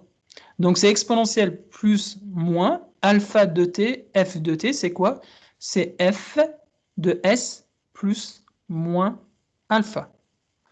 Autrement dit, si vous aviez ici exponentielle moins alpha t fois f de t, ça transformé de la place, c'est quoi? C'est f de s moins alpha. La transformée de la place d'exponentielle moins alpha de t, f de t, c'est grand F de s moins alpha.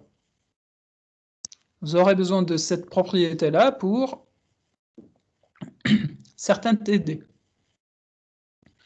En l'occurrence ici. Dans ce cas de figure-là, vous aurez besoin de cette propriété-là. Ou bien ce cas de figure-là. Regardez ici.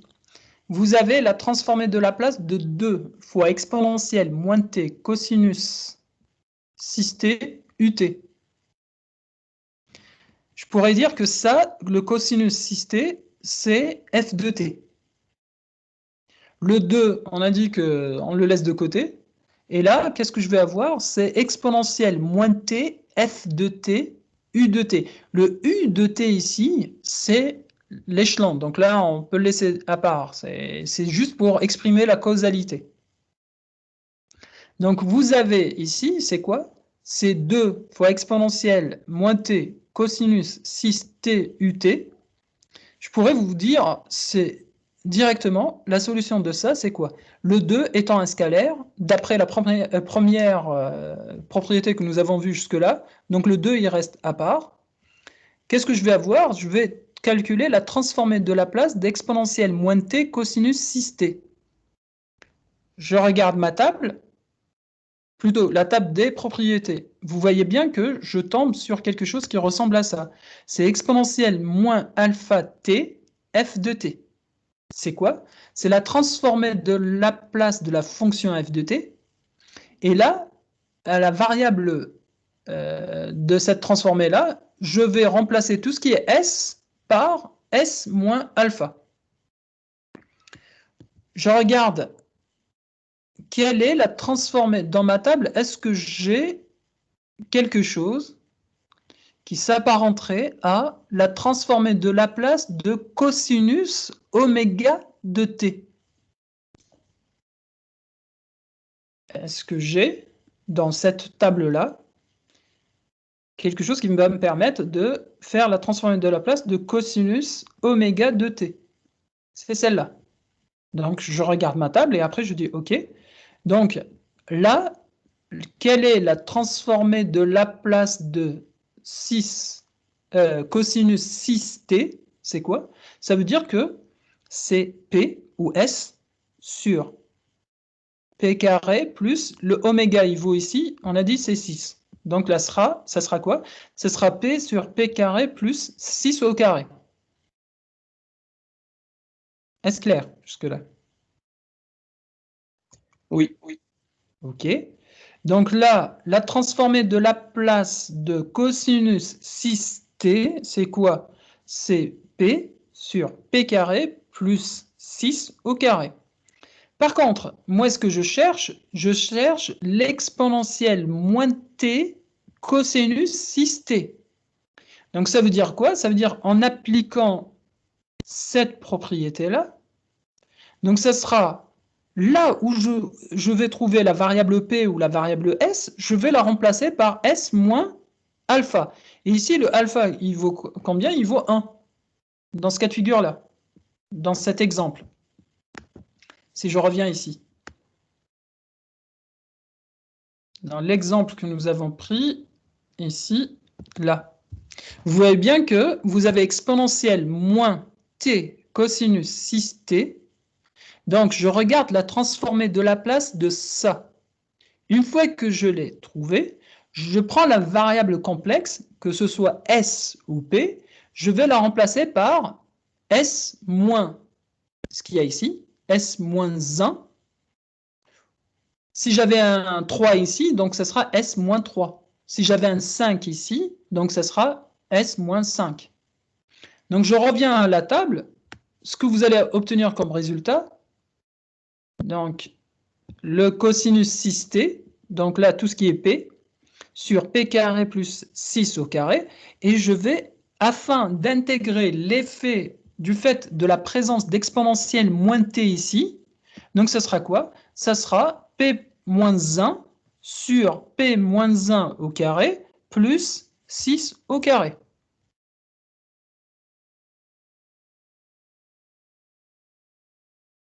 Je vous donne un petit peu de temps pour digérer ce truc-là. C'est bon? J'espère que oui. Oui. OK. Et après, vous voyez ici, là, ce truc-là, c'est la même chose de ce que je vous ai dit ici, en combinant les deux propriétés. Si on avait ici, regardez, vous avez exponentielle de AT, cosinus oméga t. On a dit que là, parce que le A qui est ici, il se pourrait que ce soit un moins A. Donc c'est pour cela que, qu'est-ce qu'on a fait? Et d'ailleurs, il y a un petit souci ici. Je viens de me rendre compte que là, j'ai fait un mélange entre les deux variables. J'ai mis S et j'ai mis P. Alors que d'habitude, je refuse de le faire. Donc, ou bien S ou bien P. Mais comme c'est des variables complexes, c'est la même chose, que ce soit S ou P. Donc là, c'est P moins A sur P moins 1 au carré plus oméga carré. Donc là, le résultat, pour ceux qui n'ont pas deviné qu'il fallait combiner il fallait prendre celle-là et celle qui est juste en dessous et appliquer la propriété du décalage, donc il vous est donné cette propriété-là directe dans la table. C'est juste, je vous donnais des indications sur le fait comment on arrive à retrouver ces fonctions, quelle est la transformée de Laplace de deux fonctions ou le produit de deux fonctions. En l'occurrence ici, c'est exponentielle AT fois cosinus oméga t. On reviendra sur ça en TD plus en détail. Ne vous inquiétez pas, il ne faut pas que... C'est juste pour vous dire que toutes les propriétés dont vous aurez besoin pour faire votre TD sont données. Le théorème de la valeur initiale, le théorème de la valeur finale, ça, on verra ça par la suite dans le calcul d'erreur. Le truc le plus important, c'est la transformée de Laplace d'un produit de convolution, c'est un produit scalaire. C'est ça qu'il faudra retenir. La transformée de Laplace d'un produit de convolution, c'est un produit scalaire. Et après, j'ai droit à chaque fois, mais c'est quoi le produit de convolution? Le produit de convolution, c'est une notion que vous verrez en G3, en traitement de signal. Si je continue à donner ce cours-là, au niveau de l'ECE, vous verrez ça l'année prochaine avec moi. Par contre, à votre niveau, en G2, ce qu'il faudra retenir, c'est que la transformée de Laplace de f1 de t, produit de convolution de f2 de t, c'est f1 de s, produit scalaire f2 de s. C'est une notion qui est très importante, qui va nous faciliter beaucoup les choses pour la suite. Et je ne vous demanderai jamais de calculer un produit de convolution. Et d'ailleurs, c'est pour cela qu'on utilise le produit, plutôt la transformée de Laplace. La transformée de Laplace, je vous ai dit que la transformée de Laplace, elle nous permet de nous faciliter un petit peu la vie en faisant des calculs moins complexes, plus simples. Pourquoi? Parce que pour calculer la sortie d'un système, il faudra calculer le produit de convolution, dans le domaine temporel, hein, je dis bien. Pour calculer la sortie d'un système, il faut faire le produit de convolution entre la réponse impulsionnelle et l'entrée que j'applique à mon système. Au lieu de ça, je passe, en utilisant la transformée de Laplace, dans le domaine complexe, dans le domaine fréquentiel, et qu'est-ce que je fais? Je fais un produit scalaire. C'est plus simple de faire un produit scalaire qu'un produit de convolution. Après, vous avez, pour l'inversion de la transformée de Laplace, la méthode de décomposition en éléments simples. Je ne vais pas trop m'attarder sur cette méthode-là parce que elle est donnée en TD, en fin de TD, comme étant un rappel. D'ailleurs, regardez, pour ceux qui ressentiront le besoin. Donc, vous avez la décomposition en éléments simples, elle est donnée à travers des exemples. Donc, on voit bien qu'ici, on a une décomposition en éléments simples via c'est des éléments simples. Et donc là, comment je fais ça? Donc, au fait, peu importe la méthode que vous allez utiliser, tous les chemins m'intéressent. Pour celle ou celui qui dira non, moi j'ai pas besoin de faire la division euclidienne ou bien, peu importe la méthode, l'essentiel pour moi c'est des calculs qu'on nous utilisons par la suite pour faire d'autres analyses. Et donc, ce n'est pas la méthode en soi qui m'importe, mais plutôt l'essentiel, c'est d'arriver à cette fraction-là. Et après, cas des pôles multiples, si vous avez des pôles multiples, donc comment on fait? Donc, c'est détaillé, c'est donné sur... c'est un rappel pour ceux qui ont besoin de ça. Et aussi dans le cas où vous avez des pôles complexes. Donc, c'est donné, tout est donné dans le TD, dans la dernière partie, pour ceux qui voudront se remémorer ça. Donc, parce qu'on a besoin, pour faire la transformée de Laplace inverse, on a besoin de ça. Et c'est pour ça que j'ai préféré faire un rappel, pour ne pas traîner des lacunes qui pourront se montrer préjudiciables pour la compréhension de ce cours-là. Et après, dans ce cours, je donne une méthode qui me paraît un petit peu simple. Donc, vous avez la méthode qui est donnée ici, et après, vous avez aussi d'autres méthodes qui sont données en TD, en fin de TD. Ce n'est qu'un rappel, c'est des exercices pour vous exercer dessus. Donc, à quoi sert la transformée de Laplace? On vient de le voir, elle sert à résoudre des équations différentielles. Comment? Comment je fais pour résoudre une équation différentielle en utilisant la transformée de Laplace? Je prends mon équation différentielle et j'applique la transformée de Laplace à chaque membre de cette équation différentielle. Pourquoi? Pourquoi je parle de membres à part? Parce que je vais appliquer la propriété de la linéarité. La transformée de Laplace de cette équation-là, c'est quoi? C'est la transformée de Laplace de cet élément-là, plus la transformée de Laplace de l'autre élément, jusqu'à cet élément-là. La transformée de Laplace de cet élément, plus la transformée de Laplace de cet élément, ainsi de suite.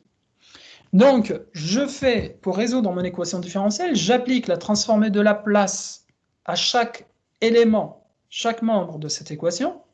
Donc, je vais prendre mon équation qui est exprimée dans le domaine temporel, je la transforme dans le domaine complexe, je décompose mon problème en sous-problème, donc j'applique la décomposition en éléments simples, je calcule ce que vaut y de S ou y de P, après, j'applique la transformée de Laplace inverse pour revenir dans le domaine temporel pour obtenir la solution de cette équation différentielle y de t.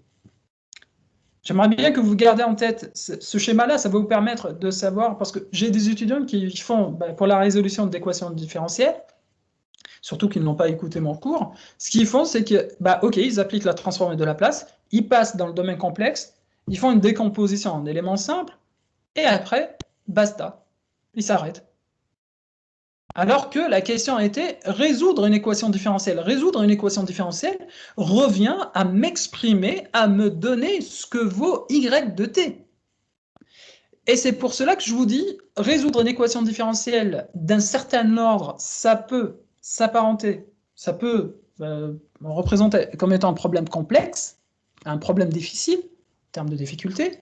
La complexité elle pourrait s'exprimer en termes de difficulté. Donc là, j'ai un problème dans le domaine temporel qui est difficile à résoudre. Qu'est-ce que je fais? J'utilise la transformée de Laplace, je change de domaine et je décompose mon problème complexe en sous-problèmes moins complexes, plus simples. C'est là où vient la décomposition en éléments simples. Et une fois que j'ai la solution dans le domaine complexe, je reviens dans le domaine temporel avec la transformée de Laplace inverse. Donc, si vous ne retournez pas dans le domaine temporel et vous me donnez y, ce que vaut vraiment y de t, je dis que la solution elle est incomplète. Parce que l'équation, la question était la suivante, résoudre une équation différentielle. Donc, il fallait me trouver y de t, qui est la solution de cette, ou les solutions de cette équation différentielle. Je vous donne un exemple. Soit un signal y de s ou y de p écrit dans le domaine de Laplace tel que vous avez y de s, c'est quoi? C'est s moins 1 sur s carré 2s plus 1 sur s plus 2. Calculez-moi y de t. Donc ça veut dire que je vous demande de m'exprimer la solution dans le domaine temporel. Sachant que mon point de départ, c'est le domaine de Laplace, donc je suis dans le domaine complexe, donc la solution à laquelle je m'attends, il faut qu'elle soit exprimée en fonction de t, donc il faut appliquer la transformée de Laplace inverse. J'ai un problème complexe, dans le plan complexe, je le décompose en éléments simples, donc là, je vois bien que j'ai un pôle simple, c'est pour ça que j'ai ici A1 sur S.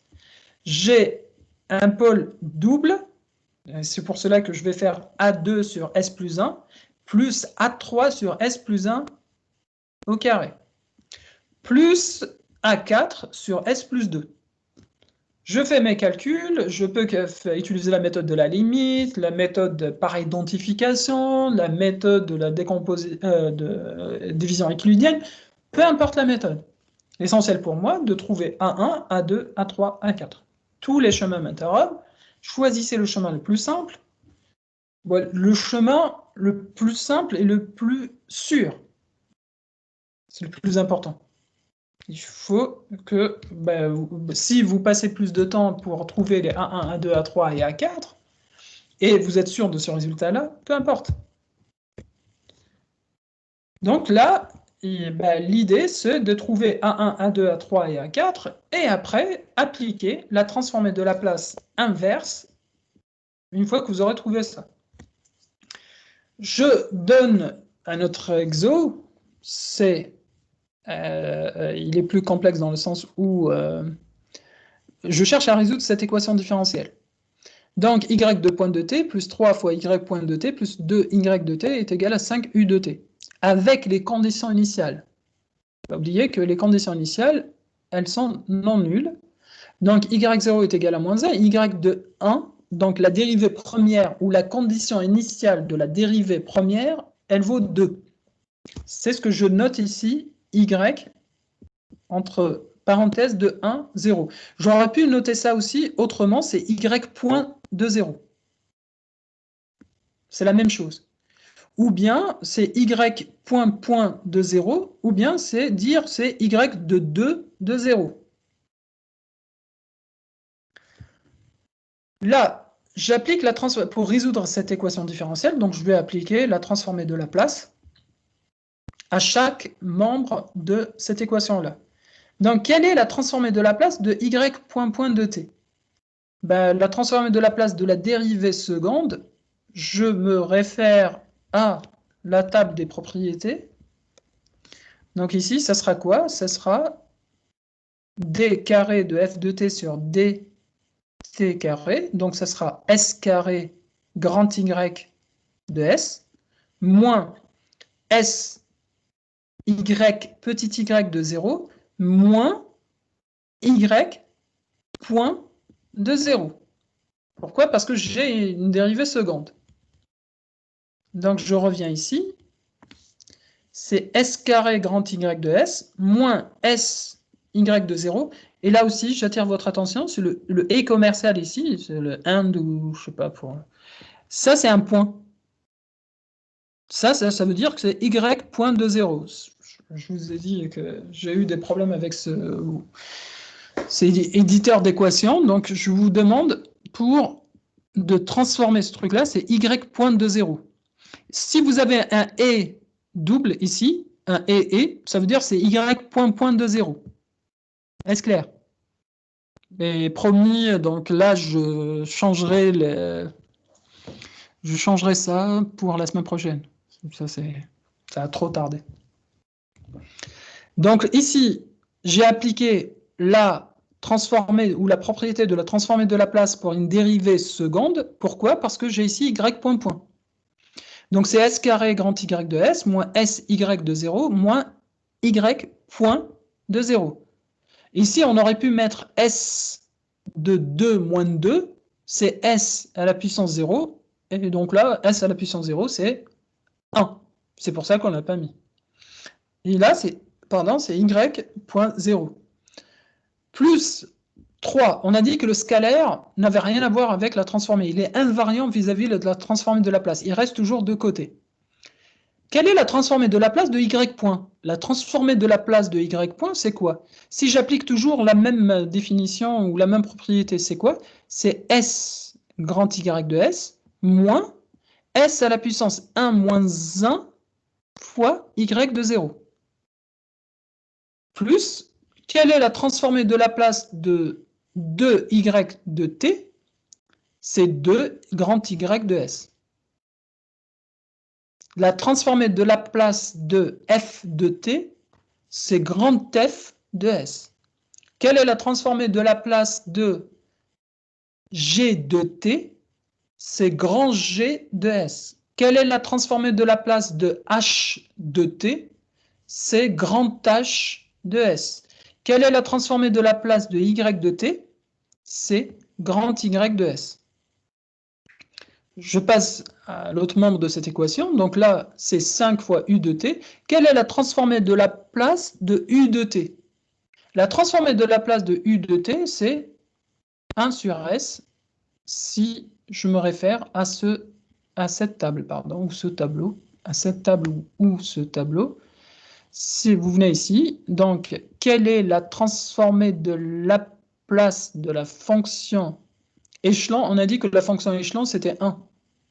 Elle est notée aussi. C'est 1 fois u de t, ou c'est 1. Des fois, vous allez trouver dans certains bouquins, c'est 1, ou bien u de t. La transformée de Laplace de u de t, ou l'échelon, c'est quoi? C'est 1 sur p, ou 1 sur s. C'est pour cela qu'ici, la transformée de Laplace de u de t, c'est 1 sur s, et je remplace par ces éléments-là. Après, regardez, ici, c'est vrai que je suis passé un petit peu rapidement, parce que je donnais des explications au tableau. Le y de 0, il vaut combien? Le y de 0, il vaut moins 1. Donc là, ça sera moins s fois moins 1. Moins y de point de 0. Y de point de 0 ou y de 1 de 0, ça vaut 2. Je n'ai fait que remplacer par les conditions initiales. Et je remplace aussi le y0 qui est ici par un moins 1, et ainsi de suite. Et après, qu'est-ce que je fais? J'ai pris tout ce qui était en fonction de ys, je l'ai mis de côté. Tout ce qui était u de s ou bien des constantes de l'autre côté.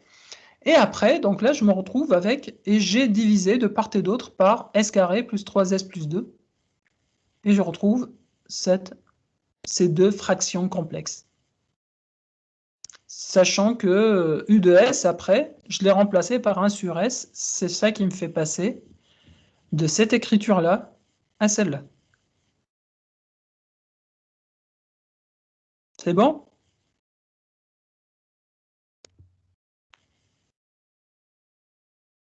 Oui. Ok. Un oui sur 100 et quelques. Oui, c'est bon, c'est bon. Ok, Oui. très bien. Donc, Oui. j'obtiens ce résultat-là, grand Y de S, c'est moins S carré moins S plus 5 sur S fois S carré plus 3S plus 2. Le S carré plus 3S plus 2, donc là, je pourrais décomposer ça comme étant S plus 1 fois S plus 2. On voit bien qu'il y a deux solutions évidentes et donc ça peut être factorisé.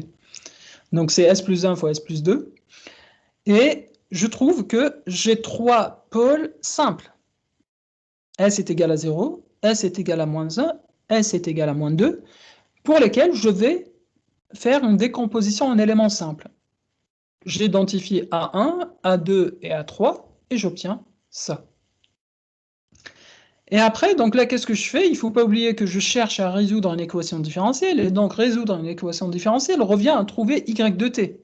Donc il ne faut pas que je m'arrête à ce niveau-là, et d'ailleurs c'est l'erreur que font la plupart des étudiants, c'est qu'ils s'arrêtent là, ils disent « Ok, j'ai fait une décomposition en éléments simples, donc j'ai 5 fois 5 sur 2S, moins 5 sur S plus 1, plus 3 demi sur S plus 2, mais la question a été de résoudre une équation différentielle. Donc cela revient à trouver ce que vaut y de t. Donc à partir de là, il faut que je retrouve ce que vaut la fonction y de t. Donc il faut que j'applique la transformée de Laplace inverse. Quelle est la transformée de Laplace inverse de 1 sur S? Quelle est la transformée de Laplace inverse de 1 sur S? C'est U de t. Donc je pourrais dire que c'est 5 demi de U de t. Quelle est la transformée de Laplace inverse de 1 sur S plus A? Quelle est la transformée de Laplace inverse de 1 sur P plus A? Et la transformée de Laplace inverse de 1 sur S plus A. Alors?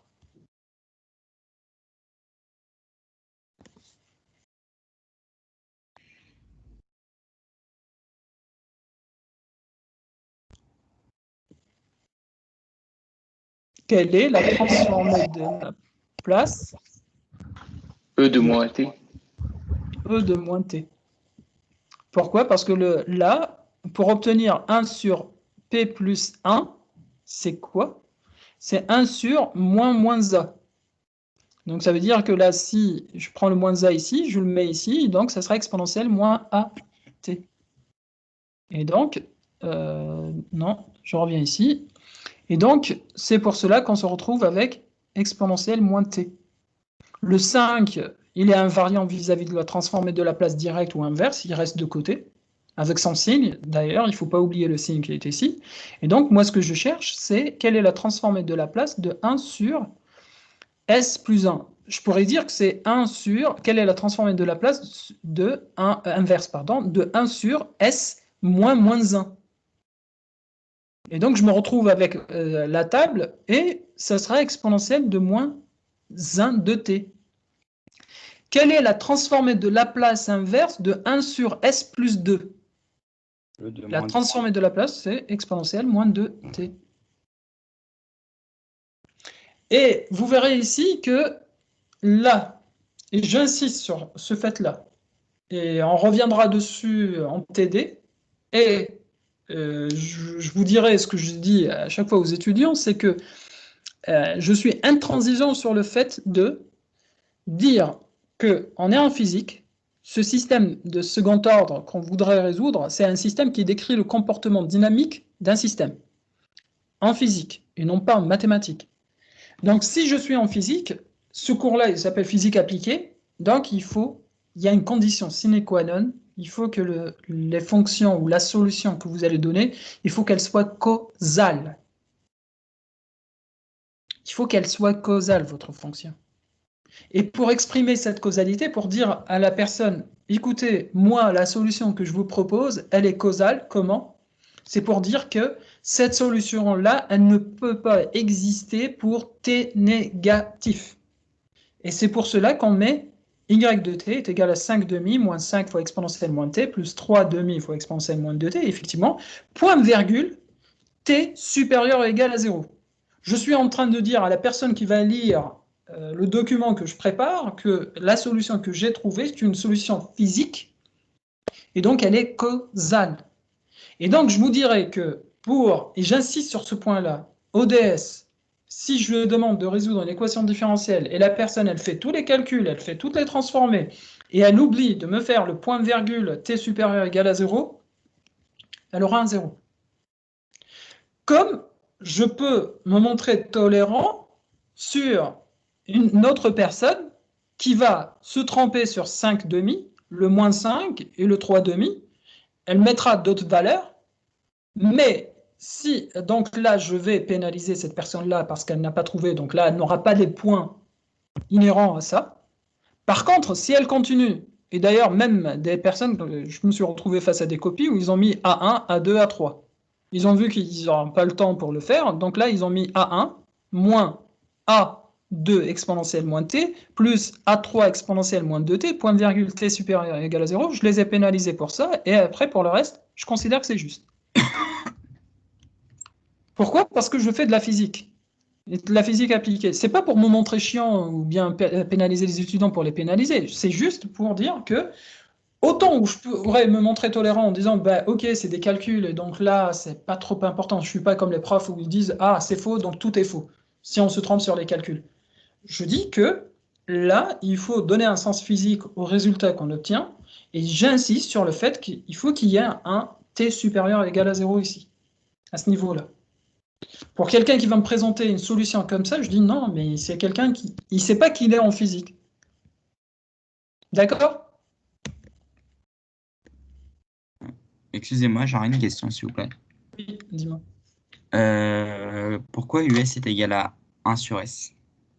Parce que on a supposé que le U de t qui est ici, qui est une fonction échelon. Ah oui, ok. Il a transformé de la place d'une fonction échelon, c'est 1 sur S. Ok, Ou 1 sur P. Merci. Juste ça. Et après, si j'avais dit que 5 fois E de t, ici E, hein, E de t, et après je vous ai dit, bah, là, le E de t étant une fonction rampe, ce que vous allez faire, vous allez chercher quelle est la transformée de la place de la fonction rampe, et donc ça sera 1 sur P carré. D'accord. D'accord? Juste monsieur, Oui, dis-moi. dans le calcul là juste avant, vous avez juste mis, vous pouvez revenir juste avant, vous voyez le troisième encadré rouge, vous avez mis donc une partie fois grand U de S, Oui. et après le plus c'est pas moins S, moins 1, moins... Enfin en gros il manque pas un... Il y a un moins 3 qui aurait dû apparaître, et du coup ça simplifie avec le moins 1. Attends, excuse-moi. Vous voyez quand vous avez remplacé les conditions initiales, vous avez remplacé la première partie, pas la deuxième partie. Donc là, ça te fait plus 3 fois Y0. Donc ça sera plus 3 fois 1. Ouais. On est d'accord. Par contre, c'est celui-là qui devrait poser... Attends. Donc là, le moins S fois Y0. Donc là, ça donne moins 1 fois moins S, ça sera plus S. T'es d'accord? Donc celui-là, moins Y point de 0. Y point de 0, donc ça sera 2. Ah mais oui, je sais. Okay. C'est moins de 2. C'est bon? Ouais, c'est bon, ok, pardon, merci. Okay. Donc, là, est-ce qu'on a le temps? 10h15. Ouais, ça va. Allez, c'est quoi une fonction transfert? La fonction transfert pour un système CISO, je dis bien single input et single output, nous, on va considérer qu'à notre niveau, qu'il y a une seule entrée, une seule sortie. Et j'insiste sur la définition de la fonction transfert, c'est quoi? Une fonction transfert, c'est... Et bah, ça peut revenir... ça peut avoir un effet boomerang, hein, et revenir sous forme de question de cours. J'insiste sur le fait que une fonction transfert, c'est un rapport complexe. C'est un rapport complexe ou un rapport entre la sortie et l'entrée. C'est un rapport entre la sortie et l'entrée dans le domaine complexe. C'est ça une fonction transfert. Et d'ailleurs, je pose toujours la question, est-ce que quelqu'un s'est posé la question suivante, pourquoi on appelle ça la fonction transfert? Pourquoi ce nom-là?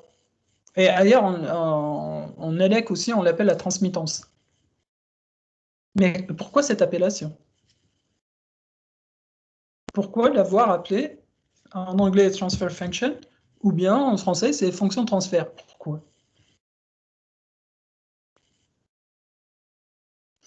Je vous donnerai la réponse la semaine prochaine. Donc, G de S est égal à Y de S sur E de S, c'est un rapport complexe, et il faut impérativement que les conditions initiales, elles soient nulles. Au contraire de là, quand je vous ai... Regardez, je pourrais vous poser la question, c'est, étant la suivante, arrêtez la présentation. Non, non.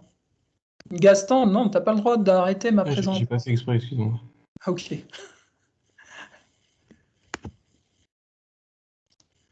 Donc, je disais que la fonction de transfert, qui est différente de résoudre cette équation différentielle, et trouver, si je vous ai demandé de trouver la fonction de transfert de ce système d'équations, décrit par ce système d'équations différentielles, ou cette équation différentielle, pardon.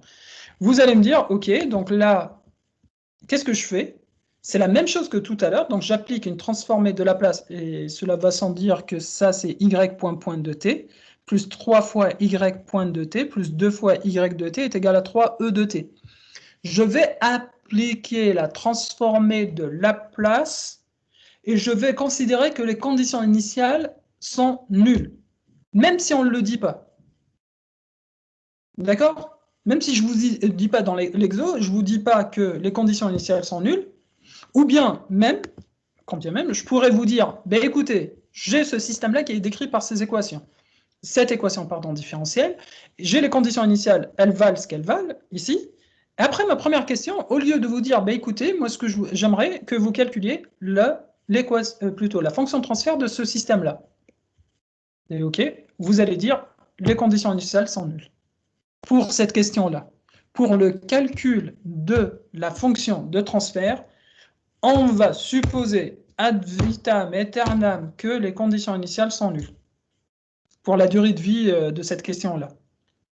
Par contre, si je vous dis, ben, ok, vous prenez la même équation, vous allez résoudre cette équation différentielle. C'est là où vous allez faire attention aux conditions initiales. Pour la première question, si je vous dis, trouvez-moi la fonction de transfert de ce système-là, qui est décrit par cette équation différentielle. Vous n'allez pas me poser la question sur les conditions initiales, vous allez les prendre d'emblée nulles, comme étant nulles.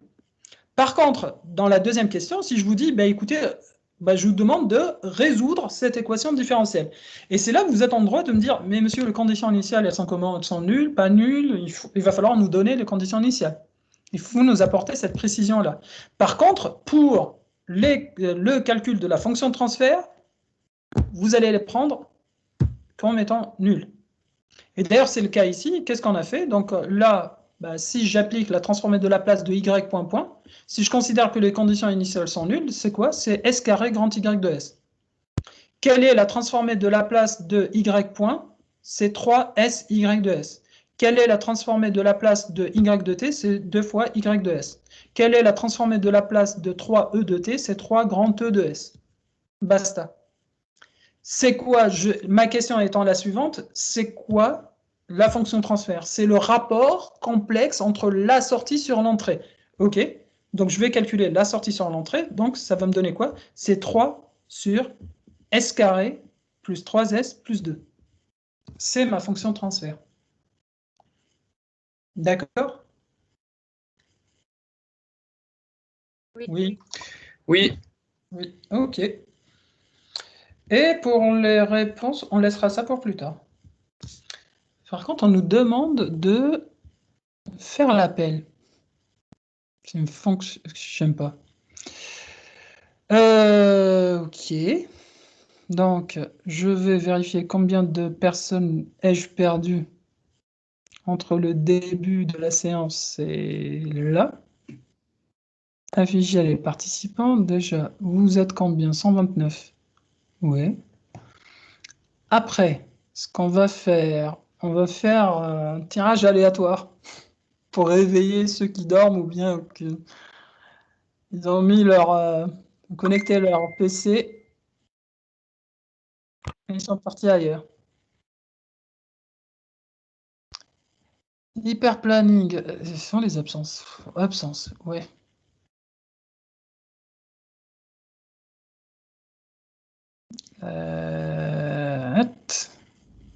Hop.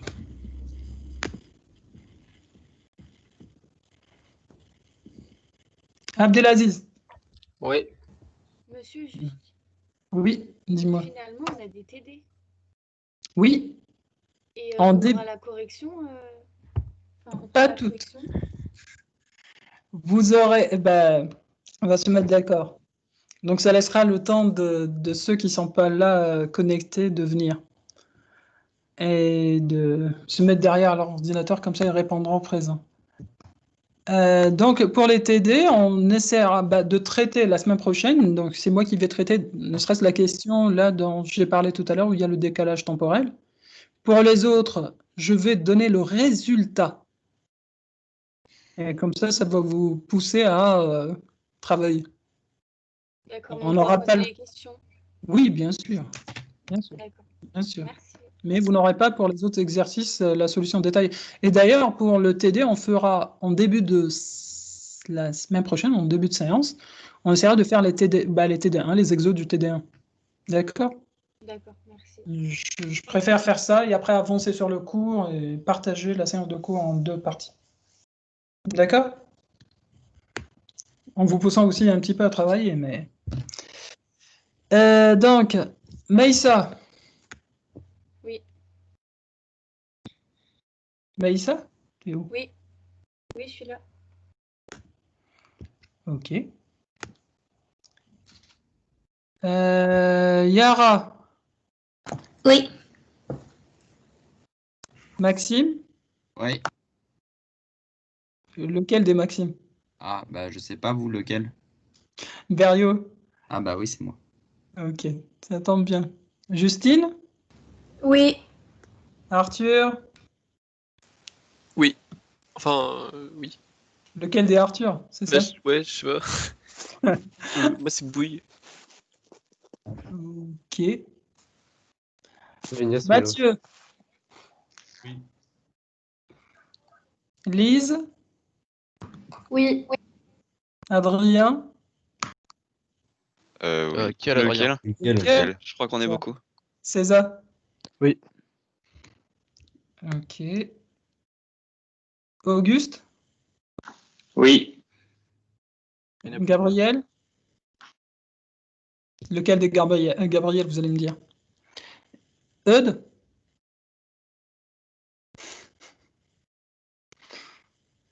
Mais il n'a pas de chance, lui. Il a fallu que ça tombe sur lui. J'aime pas ça. Mais j'estime que normalement vous êtes majeur et vacciné, mais. Martin Thomas. Des Thomas, il y en a. Oh! Pas là? Ok. Vous n'êtes pas si majeur que ça. Melvin ou... C'est Melvin. Ouais, c'est moi. Moreno? Melvin? Ouais, c'est moi. Ok. Nassima? Oui. Ethan? Présent. Ethan? Présent. Marius? Marius? Ortega? Marius? Marius, il a quitté l'école. Ah, c'est normal. Donc... Ah, il faut bien que je le mette absent alors.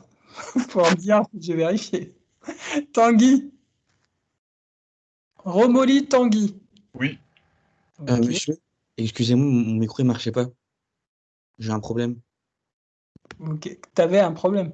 Ouais, de micro. C'était Martin Thomas, juste avant. Vous venez de nous passer en fait. Martin Thomas. Ouais, juste là, vous venez de nous passer à l'instant. Attends. MA, c'est Martin Thomas. MA, Thomas. Alors là, absent justifié. Je fais quoi? Ok. Ok. Je vais Martin Thomas. Ben, en recliquant dessus. Ton problème de micro, il me pose problème. Moi. Attends, si je clique ici, ça va te décocher. Oui. Merci. Vincent, Pompéi. Ouais. Vianney. Oui. Arthur. Arthur Prénat. Prénat Arthur. Une fois, 2 fois, 3 fois. Adjugé absent. Octave. Ouais, je suis là. Ok. Roman. Oui. Alix. Oui. Emma. Oui. Victoire. Oui. Oui, je suis là. Oula, t'es loin. Non, c'est parce que mon micro marche pas, donc je suis sur quelqu'un d'autre. Ok. Lucas. Oui. Ah, il y a plusieurs Lucas. Sakoma. Oui, c'est moi. Oui, ça comment? Sakoma, ok. Je préfère ne pas écorcher le nom de famille. C'est pour ça que j'utilise les prénoms. Paul. Oui. Salut. Ok. Erwan. Oui. Erwan. Ah, Ok. c'est pas bon. C'est pas le même. Il y en a deux. Sel. S-E, 2-L-E. Oui, celui-là. Ok. Ruben. Ouais, je suis là. Et David. Oui. Ok. C'est Elliot, pourquoi tu demandes C'est pour dire que t'es là. C'est une erreur. Non, c'est une erreur. Je vous ai assez martyrisé avec les absences et ce cours-là. Donc je vous dis la semaine prochaine. Merci, À au la revoir. semaine prochaine. À la semaine prochaine, au Merci revoir. beaucoup. Monsieur. Au revoir. Au Au revoir. revoir. Merci beaucoup. Au Au revoir. revoir. Celui qui veut poser une question, qui la pose via le chat. Est-ce qu'on va avoir les cours en papier ou pas, vous savez ou pas? On pense à la nature. Non, mais aucune idée. Parce que là, c'est pas prévu. On ne m'a pas demandé d'imprimer. Et... Vous m'avez pas appelé. Quoi? Vous m'avez pas appelé. Je t'ai pas appelé. Pour celui qui dit que j'ai pas appelé tout le monde. Hein. J'ai fait un tirage aléatoire. Parce que je pourrais pas appeler 109 personnes. Honnêtement, ça me. C'est pour ça que je fais un tirage aléatoire, donc il n'y a pas de souci. Ça sera pour la Monsieur, prochaine fois. Oui, dis-moi. le cours est enregistré, n'est-ce pas? Oui, a priori. D'ailleurs, Pendant le cours, j'avais quelques problèmes de connexion et ça buguait, donc je ne voyais pas tout le temps l'écran. bah écoute, je ne sais pas si vous avez fait la demande auprès de l'administration, s'ils ne peuvent pas rapatrier ces enregistrements de Teams vers Campus, où là, ça aura du sens si vous les avez sous la main. Mais je pense pas que je l'ai maintenant. C'est pour ça que je vous demande. Je pense que c'est vous qui avez enregistré le cours. Oui, attends. Il faut que je retrouve où est-ce que j'aurais pu l'enregistrer. Mais après, normalement, il existe sur un espace de partage du cours. Ah, sur campus? Sur Teams. Non, sur Teams. Ah, Après, attends. Qui me demande de faire une présentation? Donc il faut que je le retrouve pour l'envoyer sur campus. Je verrai comment je pourrais faire. Je sais qu'on a 20 jours pour le faire, c'est ça? ok. Parce que passer ce délai-là, je crois qu'ils vont le supprimer. Donc c'est pour ça que je disais, ça serait plus pérenne, une solution plus pérenne serait de le mettre sur campus. Je vais en parler avec les autres profs. Ok. D'accord? Merci. Après. Monsieur, Oui, dis-moi. vous disiez que la table de la place, vous la donniez. Oui. Est-ce que vous allez donner aussi toutes les propriétés qu'on a vues dans le cours? Oui. D'accord, c'était juste ça. Merci. Pas de souci. Écoutez, au revoir et à la prochaine. Attendez, parce que l'enregistrement, il continue. Comment je fais pour... Oh, purée, Teams, là, ça commence à... J'arrête le partage déjà.